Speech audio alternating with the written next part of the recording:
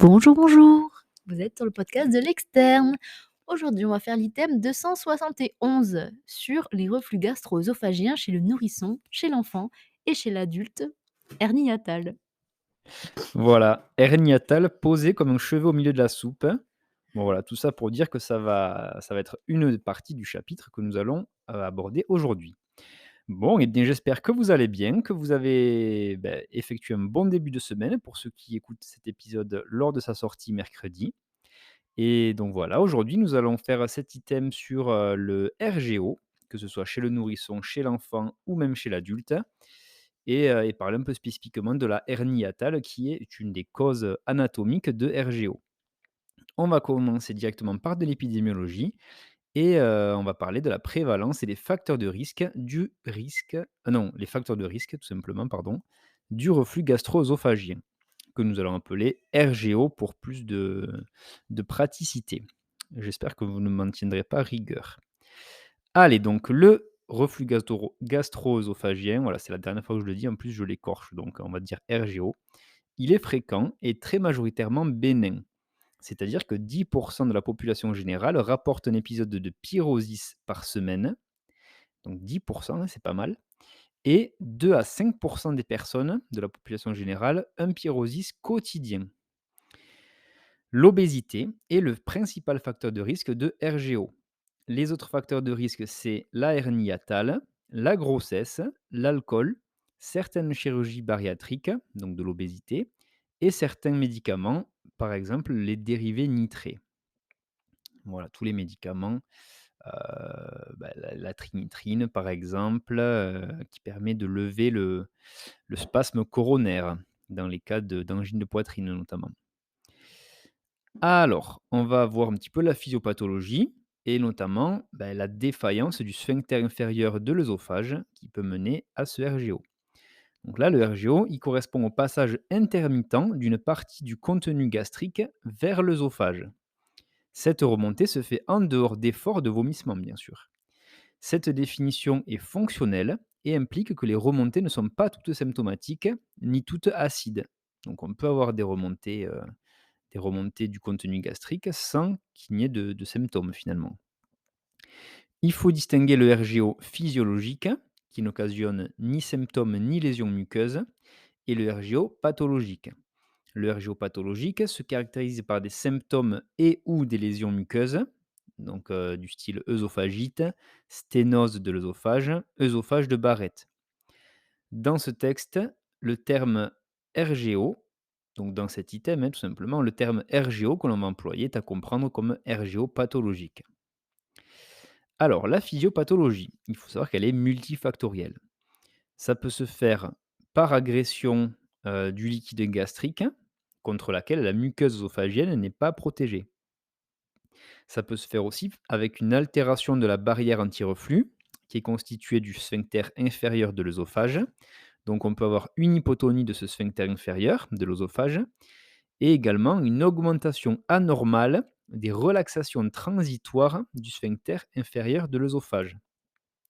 C'est-à-dire que le sphincter inférieur, il n'est pas tout le temps contracté, il va se relâcher transitoirement mais au final, ces relaxations transitoires vont être, trop fréquentes ou trop longues et du coup, ça va permettre au liquide, gastrique de remonter dans l'œsophage. Donc ça, c'est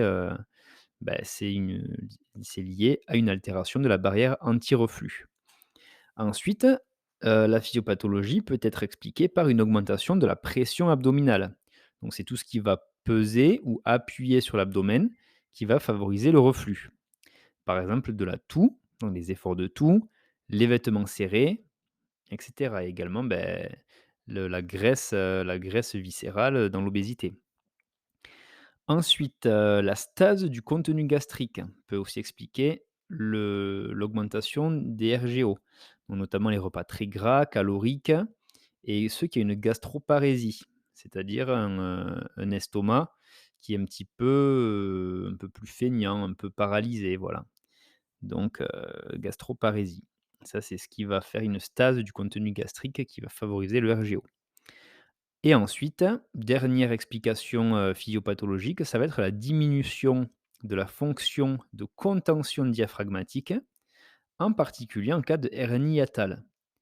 Les hernies hiatales, qu'est-ce que c'est? Ça se définit anatomiquement comme des protrusions de segments gastriques par le hiatus œsophagien diaphragmatique. Donc, on va le voir un petit peu plus en détail. D'ailleurs, il y a 2 schémas. Bon, c'est pas super bien fait, mais au moins ça permet, ça a le mérite de bien expliquer la situation. Donc, il peut y avoir l'hernie hiatale par glissement ou l'hernie hiatale par roulement. Ah, excusez-moi. Alors, l'hernie hiatale par glissement. Donc ça, c'est une ascension du cardia, donc la partie, crâniale, on va dire, de l'estomac. Ben il y a cette ascension du cardia à travers le hiatus œsophagien. Le hiatus œsophagien, c'est quoi? Ben c'est tout simplement l'orifice, heu, dans non, je dis, n'importe quoi, le hiatus, moi je parlais du hiatus diaphragmatique. Ah oui, voilà, mais c'est un peu ça. C'est le hiatus œsophagien diaphragmatique, donc c'est tout simplement le trou qu'il y a dans le diaphragme par lequel, eh bien, passe l'œsophage pour arriver dans l'estomac. Et donc en fait, il y a une partie de l'estomac, donc le cardia, qui va passer à travers ce trou dans le diaphragme et qui va remonter au-dessus. Donc ça, c'est l'hernie hiatale par glissement et c'est la forme la plus fréquente, qui va représenter 85 des hernies. Ça peut s'accompagner également de RGO. Voilà. Et ensuite, il y a la hernie hiatale par roulement et non pas par glissement. Et donc là, c'est une hernie de la grosse tubérosité de l'estomac, du coup, toujours, et sa localisation est para-œsophagienne, donc elle est à côté de l'œsophage. Elle ne se fait pas, c'est pas on n'a pas de continuité entre l'œsophage et cette hernie. Ça, c'est une forme moins fréquente qui représente 15 des hernies, hiatales. Ça peut se manifester par une dysphagie, donc une difficulté à avaler ou une douleur lorsqu'on avale. Ça peut se compliquer également d'étranglement. Voilà, donc cette hernie peut s'étrangler et ça ne s'accompagne pas de RGO. Voilà, et il faut savoir que ces 2 formes, donc par glissement et par roulement, peuvent s'associer en une forme mixte. Voilà, et il est important à retenir, mais là vous l'aurez remarqué, que les hernies hiatales ne se compliquent pas toutes de RGO. Effectivement, il n'y a que celles par glissement qui peuvent s'accompagner de RGO ou éventuellement les mixtes. Voilà, mais une hernie hiatale par roulement pur ne va pas donner de RGO. OK pour ça. Allez, maintenant, on va voir un petit peu comment on fait le diagnostic positif et donc les plaintes qui évoquent le RGO et les signes qui peuvent évoquer une pathologie néoplasique. Donc, il va falloir faire bien attention à bien distinguer les deux. Donc, le diagnostic de RGO, il est le plus souvent clinique et il va reposer surtout sur l'interrogatoire à la recherche de signes typiques et atypiques. Donc, on va commencer par le RGO typique. Lui va associer trois signes particuliers. Premier signe typique du RGO typique, ça va être le pyrosis. Ça, c'est le signe le plus caractéristique et c'est donc une sensation de brûlure rétrosternale ascendante. Donc voilà, une brûlure au niveau du sternum qui va remonter vers la gorge. Et là, c'est une spécificité de 90. Ensuite, les régurgitations. Donc ça, c'est les remontées de contenu gastrique acide, biliaire ou alimentaire, sans effort et sans nausée dans la bouche. Voilà, mais c'est une régurgitation donc, un RGO physiologique au final. Voilà, c'est juste une remontée du contenu gastrique, qu'il soit acide, biliaire ou alimentaire. Sans effort donc, sans vomissement tout simplement. Et ensuite 3, ça va être le syndrome pardon, postural et donc ça, c'est les signes 1 et 2, donc pyrosis et régurgitation, qui sont favorisés par le décubitus, notamment en période de nocturne, ou à l'antéflexion du tronc, donc lorsqu'on se baisse, en fait, qu'on se penche en avant, ce qui s'appelle, vulgairement le signe du lacet. Voilà, c'est les patients lorsqu'ils vont faire leur lacet, eh bien, ils vont pouvoir avoir du pyrosis et des régurgitations. Voilà. Et il faut savoir qu'il existe des RGO pathologiques sans pyrosis ni régurgitation. Donc on n'a pas de RGO typique au final. Donc ça, c'était pour le typique qui associait ces 3 signes-là, pyrosis, régurgitation, syndrome postural. Et ensuite, on peut également voir les symptômes dits atypiques. Donc le RGO, vulgairement qu'on appelle atypique. Donc là, ça sera tout ce qui peut être toux sèche, des douleurs thoraciques pseudo-angineuses, des érosions dentaires, certaines laryngites également.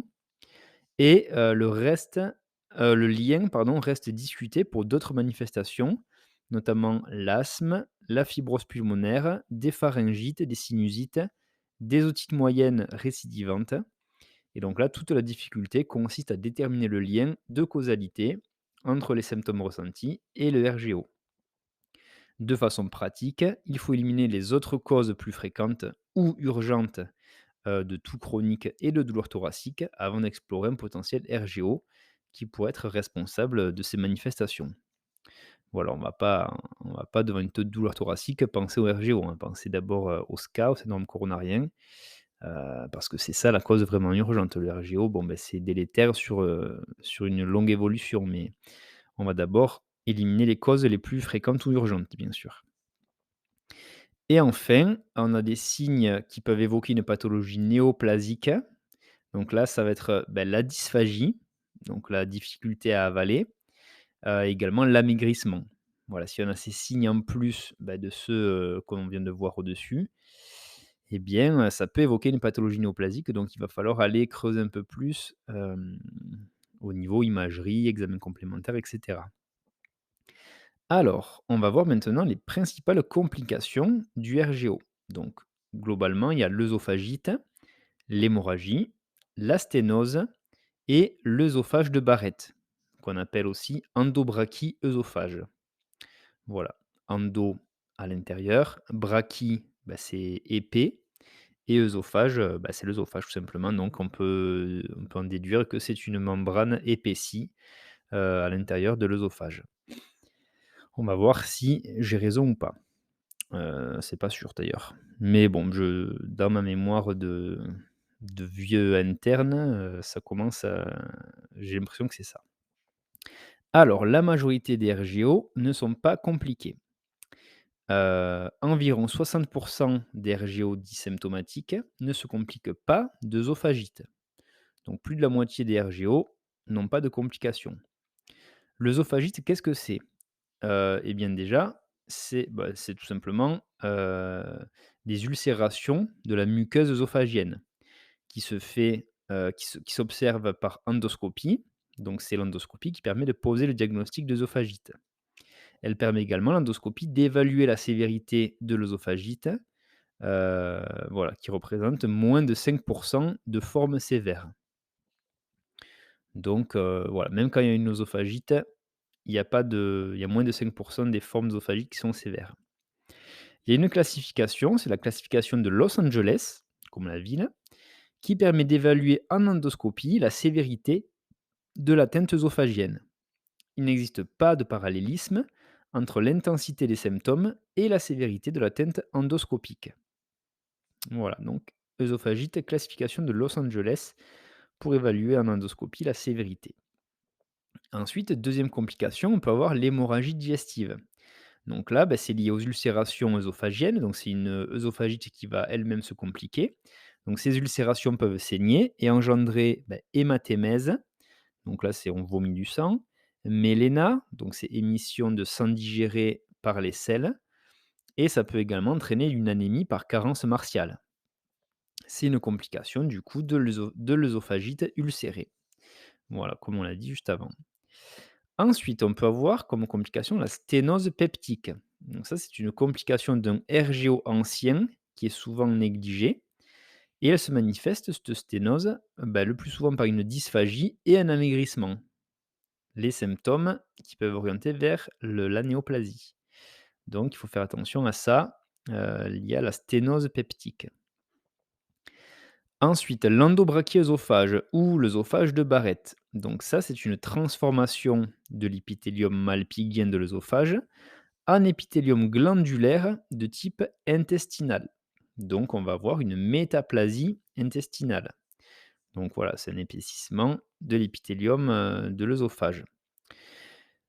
Voilà, c'est beaucoup plus stylé que ce que j'ai dit juste avant quand même, hein. Donc transformation de l'épithélium malpighien de l'œsophage en épithélium glandulaire de type intestinal. Il s'agit d'un état précancéreux qui va prédisposer à l'adénocarcinome œsophagien. Donc très important de le diagnostiquer tôt. Le diagnostic justement, il est endoscopique et il va être confirmé par l'examen anatomopathologique de biopsie de la muqueuse œsophagienne anormale, donc au niveau de la métaplasie intestinale. La hauteur de l'atteinte et la présence d'une dysplasie de bas ou de haut grade va conditionner les modalités de surveillance endoscopique et de traitement. Donc à l'adenoscopie, on va voir jusqu'à quelle hauteur, jusqu'à quel niveau de l'œsophage ça remonte, cette métaplasie. Et à l'examen anatomopathologique, on verra si c'est de bas ou de haut grade. Et donc en fonction de ça, eh bien, ça va conditionner, quand est-ce qu'on va surveiller, à quel délai on va refaire une endoscopie pour surveiller et comment on va traiter, cet œsophage de Barrett. Ensuite, complication, un peu plus grave, ça va être l'adénocarcinome de l'œsophage. Donc là, c'est la conséquence d'un processus de carcinogénèse avec une dysplasie de bas grade puis de haut grade avant la transformation en adénocarcinome de l'œsophage de Barrett.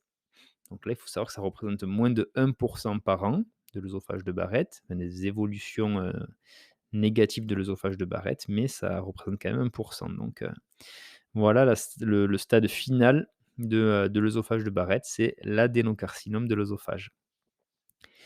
Et enfin, autre complication, mais qui est plutôt plus générale, c'est l'altération de la qualité de vie et du sommeil, qui sont souvent négligés d'ailleurs. Parce qu'il faut savoir que le RGO nocturne va créer des micro-réveils, et va altérer la qualité de vie et les performances au travail. Donc c'est quand même un problème de santé publique, hein. Voilà pourquoi il est important de le dépister et de le traiter. Alors, maintenant, on va voir un petit peu l'indication de l'endoscopie œsogastro-duodénale s'il y a des symptômes atypiques ou un début après 50 ans. Voilà, donc ça va être pour creuser un peu plus sur ce RGO. Donc là, les examens complémentaires, on va les voir un petit peu tous. Pour explorer le RGO, ça va être en premier lieu l'endoscopie œsogastro-duodénale, qu'on appelle aussi FOGD, si je ne dis pas de bêtises, fibroscopie œsogastro-duodénale. Ça va être aussi la pH-métrie et ou l'impédensométrie. Également la manométrie œsophagienne, donc on va mesurer, eh bien, la pression qu'exerce la muqueuse œsophagienne et l'œsophage, donc manométrie. Et sachant que voilà, les derniers examens qu'on vient de citer là, pH-métrie, impédensométrie, manométrie, tous ceux qui finissent par métrie, ne sont jamais indiqués en première intention. Première intention, c'est la FOGD ou le OGD, visiblement on l'appelle comme ça maintenant, donc l'endoscopie au lieu de la fibroscopie. Voilà, donc EOGD, on va dire. Les indications de l'EOGD, ça va être toujours indiqué à partir de 50 ans pour une symptomatologie de RGO typique, non compliquée.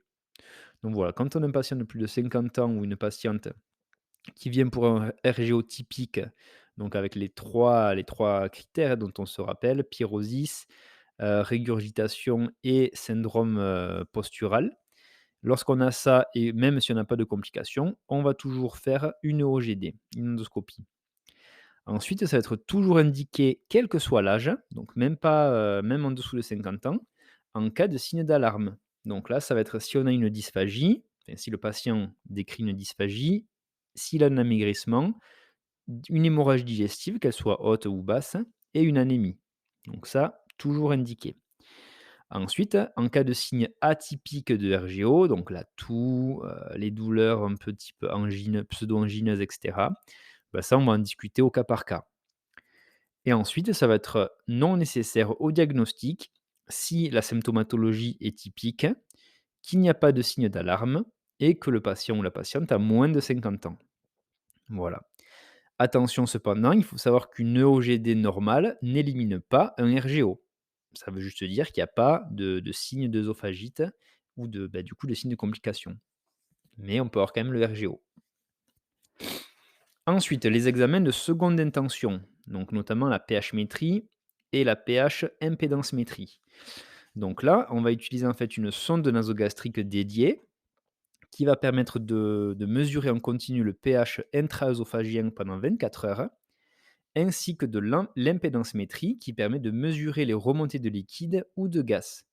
Ça, c'est un examen peu invasif et en plus, il est à faible risque, donc voilà. Il permet en plus de poser formellement le diagnostic de RGO acide pathologique pour la pH-métrie simple. Voilà, donc pH-métrie simple, on va voir s'il y a un RGO acide pathologique. Et avec la pH impédance métrie, ça va être un peu plus précis parce qu'on pourra avoir le diagnostic formel de RGO acide, non acide, neutre ou gazeux. Voilà, donc on pourra diagnostiquer formellement plusieurs types de RGO. En pratique, pour cette pH-métrie ou impédance-métrie, le patient vient le matin à jeun pour la pose par voie nasale de la sonde et il revient le lendemain après 24 heures d'enregistrement en conditions de vie normale. C'est une sorte de holter pour diagnostiquer le RGO. Techniquement, le malade va noter les symptômes ressentis pendant l'enregistrement, donc on peut ainsi déterminer, outre la durée de l'exposition acide du bas œsophage sur 24 heures, donc ça c'est le pourcentage de temps passé avec un pH œsophagien qui est inférieur à 4. Voilà, outre cette durée d'exposition, on peut déterminer s'il existe une corrélation entre les épisodes de reflux, donc qui sont observés objectivement par le capteur, et si c'est associé avec les symptômes rapportés par le malade. Donc mettons le malade à 15 heures, il ressent un pyrosis, il va le noter, pyrosis à 15 heures et ensuite sur l'enregistrement des 24 heures, on verra si à 15 heures, il y a eu effectivement, eh bien, si la sonde a été baignée d'acide, par exemple. Voilà, donc on verra s'il existe une corrélation. Et ensuite, selon les circonstances, l'impédance-métrie peut être réalisée sans traitement antisécrétoire ou avec traitement antisécrétoire. Les indications, ça va être les signes atypiques de RGO pour, voir s'il n'y a pas un diagnostic d'élimination. Ça va être les RGO qui sont résistants au traitement médical bien conduit, qu'on verra juste après. Et ça va être indiqué également en cas de bilan préopératoire, quand on va se poser la question d'une chirurgie du RGO. Voilà. Et enfin, dernier examen complémentaire, ça va être la manométrie œsophagienne. Donc là, c'est un examen qui va étudier le péristaltisme de l'œsophage, la pression du sphincter inférieur et également sa relaxation. Voilà, du sphincter inférieur de l'œsophage par des capteurs de pression qui sont disposés le long d'une sonde nasogastrique dédiée, qui s'appelle la sonde de manométrie. Et ça se fait pendant un examen qui dure environ 30 minutes, donc c'est beaucoup plus court. Avec la sonde en place, le patient va lui faire déglutir de l'eau. Donc là, la sonde, elle va mesurer et enregistrer la propagation de l'onde péristaltique œsophagienne, ainsi que la relaxation du sphincter inférieur de l'œsophage. Voilà, donc on avale quelque chose, il va y avoir un péristaltisme œsophagien. Donc l'œsophage va se contracter de haut en bas pour faire progresser le contenu de l'œsophage qu'on va déglutir. Et ça finit par la relaxation pardon, du sphincter inférieur de l'œsophage pour que ça puisse rentrer dans l'estomac.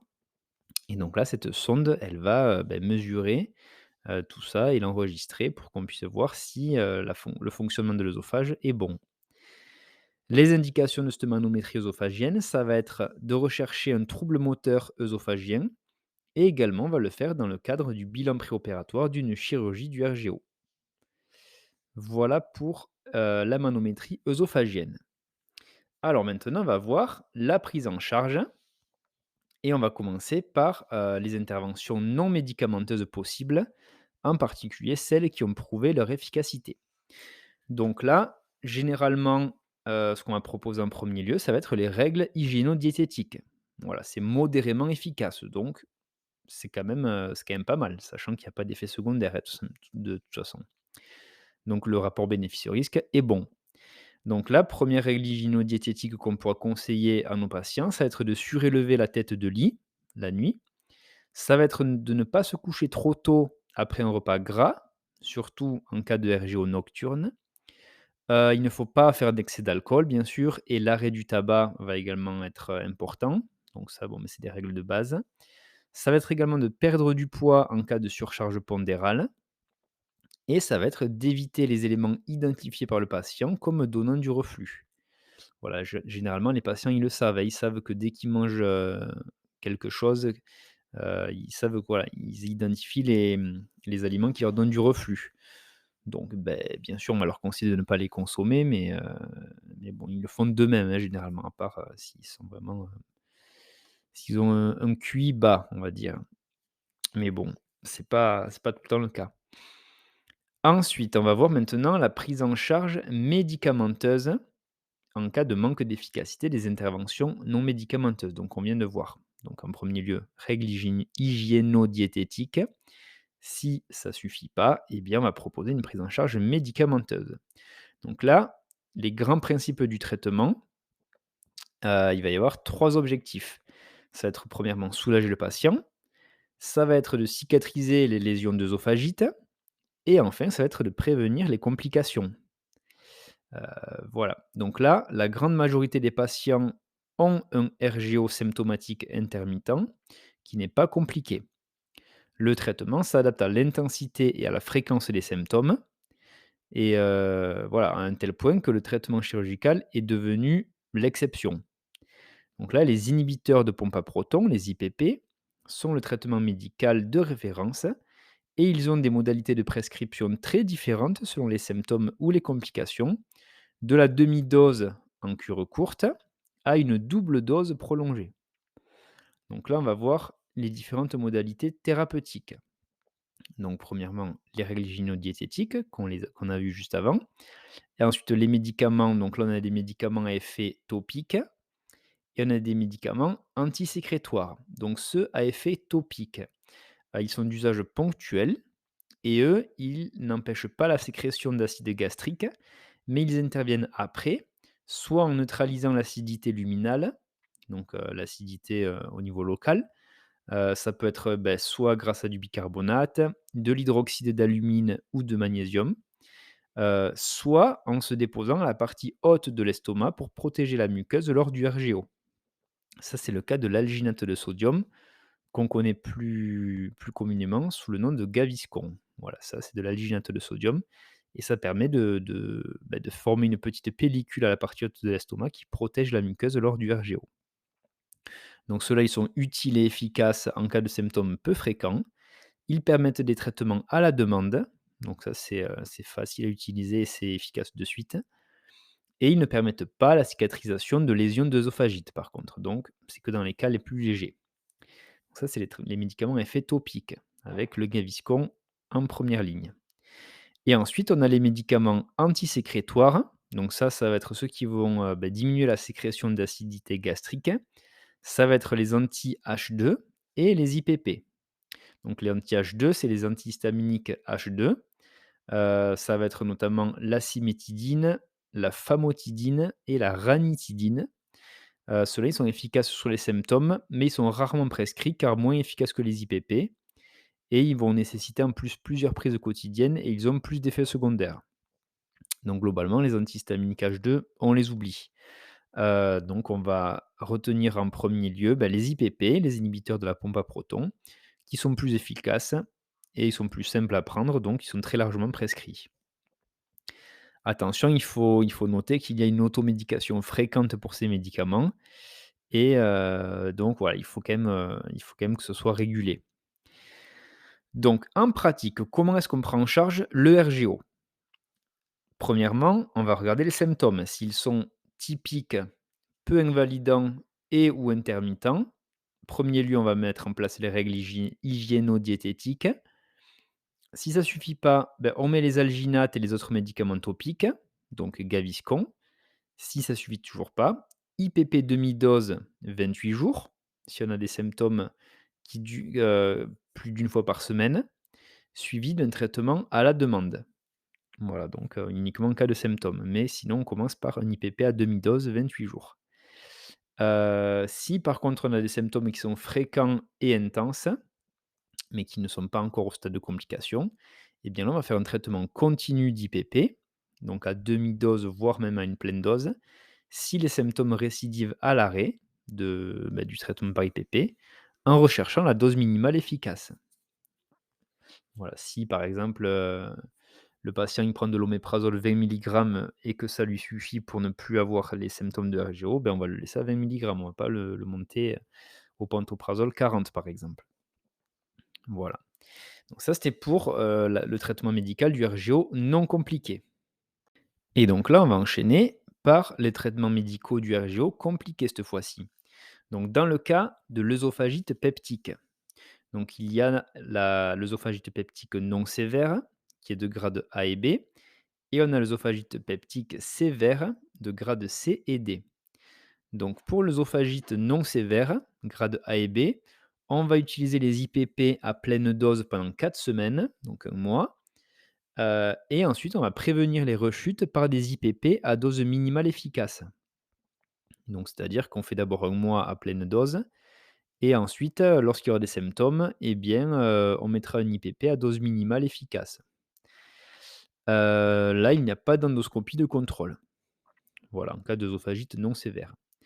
En cas d'œsophagite sévère, donc ça, bien sûr, on a vu qu'il faut, une endoscopie pour le diagnostiquer et qui permet de classer en fonction du grade. Donc si on a une œsophagite peptique sévère, grade C et D, eh bien là, on va mettre les IPP en pleine dose, non pas pendant 4 semaines, mais pendant 8 semaines, donc 2 mois, avec un contrôle endoscopique de la cicatrisation de l'œsophage. Et on va aussi prévenir les rechutes par des IPP à dose minimale efficace. Voilà, comme pour l'œsophagite non sévère. Pour la sténose peptique, donc là, on est dans le cas où c'est chronique et ça fait plus longtemps que ça n'a pas été traité. Donc là, initialement, on va mettre un IPP à double dose, donc c'est même pas pleine dose, c'est double dose. Et ensuite, on va poursuivre le traitement, initial à double dose par un IPP à pleine dose au long cours. Donc, voilà, en cas de sténose, on commence par IPP double dose pendant, quelque temps et ensuite on poursuit avec un IPP à pleine dose au long cours, c'est-à-dire, que le patient va le prendre presque, jusqu'à ce qu'il soit guéri de sa sténose peptique au final. Et là, ce qui peut se discuter au cas par cas, c'est de faire une dilatation endoscopique, pour lever la sténose peptique, tout simplement. Voilà pour, la prise en charge médicamenteuse du RGO compliqué. Ensuite, on va voir un petit peu le traitement chirurgical. Donc là, ça va être assez court. En fait, la chirurgie du reflux consiste à faire une fondoplicature par cœlioscopie. Donc ça veut dire quoi? Ça veut dire qu'on va entourer le cardia, donc la partie haute de l'estomac, avec le fondus, afin de créer une valve qui diminue le passage du contenu gastrique vers l'œsophage. Donc voilà, ça veut dire de créer une valve artificielle avec, le cardia et le fondus qu'on va entourer ensemble. Le chirurgien va faire également les gestes suivants. Il va réintégrer la hernie hiatale dans la cavité abdominale, donc retirer la partie de l'estomac qui est passée au-dessus du diaphragme. Il va le retirer dans la cavité abdominale et il va fermer l'orifice diaphragmatique, pour éviter qu'il y ait un trou béant et que ça revienne et en plus de ça, il va faire une fixation du montage, c'est-à-dire bien attacher l'estomac globalement au diaphragme pour éviter qu'il remonte. Voilà pour le traitement chirurgical. Là, on va faire un petit point sur les IPP et on va finir d'ailleurs par ça. Donc là, ce qu'il faut savoir, sur les IPP. Déjà, il faut savoir que ce sont les médicaments parmi les plus prescrits au monde. Ils ont 3 indications principales. Donc la première, c'est le traitement du reflux gastro-œsophagien. Bon, je l'ai redit en entier. J'ai menti en début d'épisode, pardon. Donc traitement du RGO.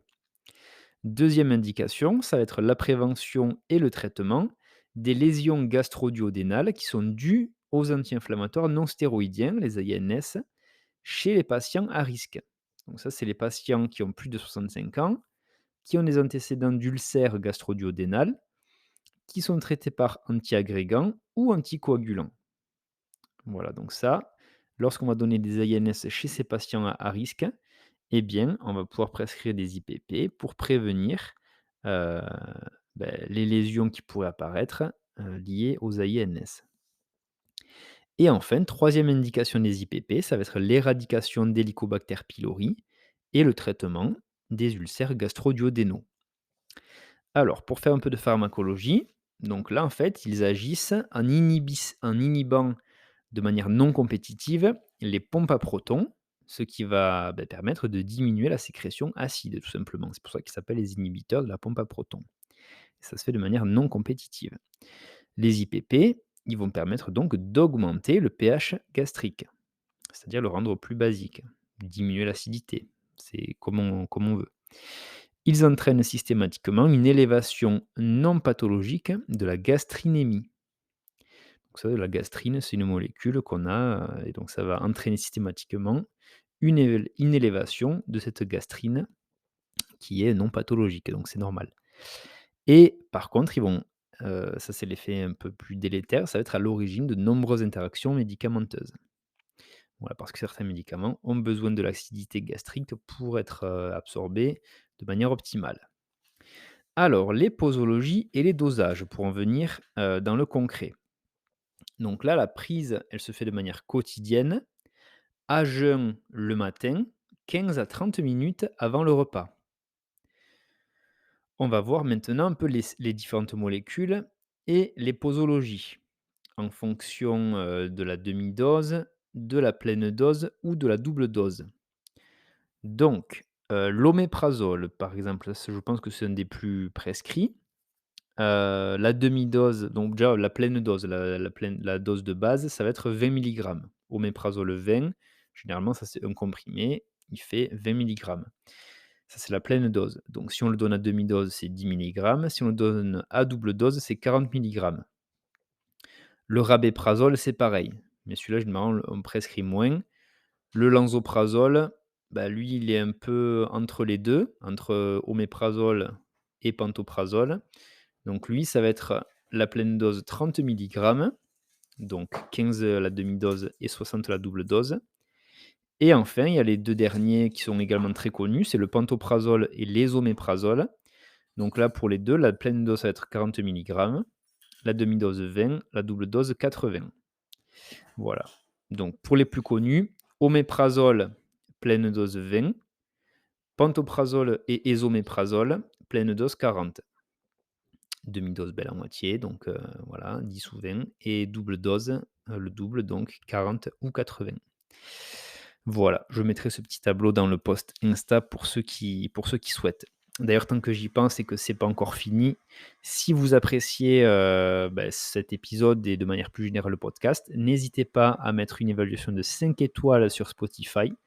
Voilà, c'est super important pour, permettre de bien le référencer, qu'on soit de plus en plus nombreux à l'écouter et ça permet de me développer tout simplement, de faire développer le podcast pour le faire connaître au plus grand nombre et plus on est de fous, plus on rit, n'est-ce pas? Voilà pour la petite, promo et allez, on va finir cet épisode avec les effets secondaires des IPP qui restent heureusement peu fréquents. Donc là, principalement, les effets secondaires, ça va être les céphalées et la diarrhée. Voilà. Chez le sujet sain, il existe un surrisque minime d'infection bactérienne digestive, donc par exemple par des salmonelles, par Clostridium difficile et Campylobacter. Voilà pour le sujet sain. Pour le cirrhotique, les IPP ils vont augmenter le risque d'infection du liquide d'acide et leur consommation abusive d'IPP est associée à une surmortalité. Donc, faire très attention chez les patients cirrhotiques à l'automédication par IPP et faire aussi attention lorsqu'on les prescrit. Ensuite, ça peut, comme effet secondaire, développer des polypes glandulokystiques bénins, voilà, de l'estomac, sans risque particulier de dégénérescence. Mais voilà, il faut savoir que ça peut faire développer ces polypes glandulokystiques bénins de l'estomac. Après, bien comme effet secondaire peu fréquent, on a l'ostéoporose. Bon, ça, il faut savoir que ce n'est pas clairement démontré, donc à prendre avec des pincettes. Il peut y avoir comme effet secondaire une colite microscopique avec le lansoprazole essentiellement. Donc, raison de plus pour ne pas le prescrire, en premier lieu, j'imagine. D'ailleurs, c'est pas le plus connu, donc lansoprazole, on va un peu oublier. En plus, il a une dose chiante, à 30 milligrammes, donc franchement, il casse les couilles. Et enfin, il n'y a pas d'association avec la survenue de cancer. Donc, si les patients, ils te disent ça quand tu veux leur parler, d'un IPP ou leur prescrire, eh bien, tu leur dis qu'il n'y a pas d'association démontrée avec la survenue de cancer. Donc ils peuvent dormir sur leurs 2 oreilles et avec la tête un peu relevée, bien sûr. Allez, ben voilà, c'est fini pour cet épisode-là. C'était l'item, 271 sur le reflux gastro-œsophagien. Bon, c'était dans le titre «Chez le nourrisson, chez l'enfant et chez l'adulte». Pour moi, on n'a pas parlé du nourrisson ni de l'enfant, hein. Donc bon, la prise en charge, ça doit être la même. Voilà, donc j'espère que cet item t'a plu. Si c'est le cas, ben, n'hésite pas, comme je te l'ai dit, à mettre, une petite note de 5 étoiles sur l'épisode. 4 étoiles, ça sert à rien. Si tu as aimé, mets 5 directement. Voilà, 4, ça me fait baisser la moyenne puisque je suis à 4,8 étoiles pour l'instant, donc bon, il y en a quelques-uns qui ont pas mis 5. C'est quand même des bonnes notes, hein, parce que globalement, j'avais 5 au début, après ça fait 4,9, 4,8, donc il suffit qu'il y ait quelques personnes qui mettent 4 sur 5, c'est quand même, honorable, hein, mais c'est pas suffisant pour avoir des bonnes notes. Donc allez, on essaie de faire remonter, cette note un petit peu, au moins à 4,9 et en plus, il faut qu'on passe les 100 évaluations, on est à 99 là. Donc là, je veux que vous explosiez les 5 étoiles pour que, eh bien, d'ici la fin de semaine, on soit à 100 épisodes. 100 épisodes. On n'y est pas encore, on est à 75. C'est déjà on s'en rapproche, mais on n'y en est pas encore. Mais 100 évaluations, ça serait vraiment top pour finir ce mois de janvier. Allez, ben, je j'en dis pas plus. Je vous souhaite à tous une excellente journée. Travaillez bien, révisez bien, prenez soin de vous, faites de l'activité physique, ça va vous sauver vos études et votre vie, aussi, au passage. Donc, n'hésitez pas à en pratiquer sans modération et je vous fais de gros bisous. On se retrouve vendredi pour la suite de l'aventure. Ciao, ciao.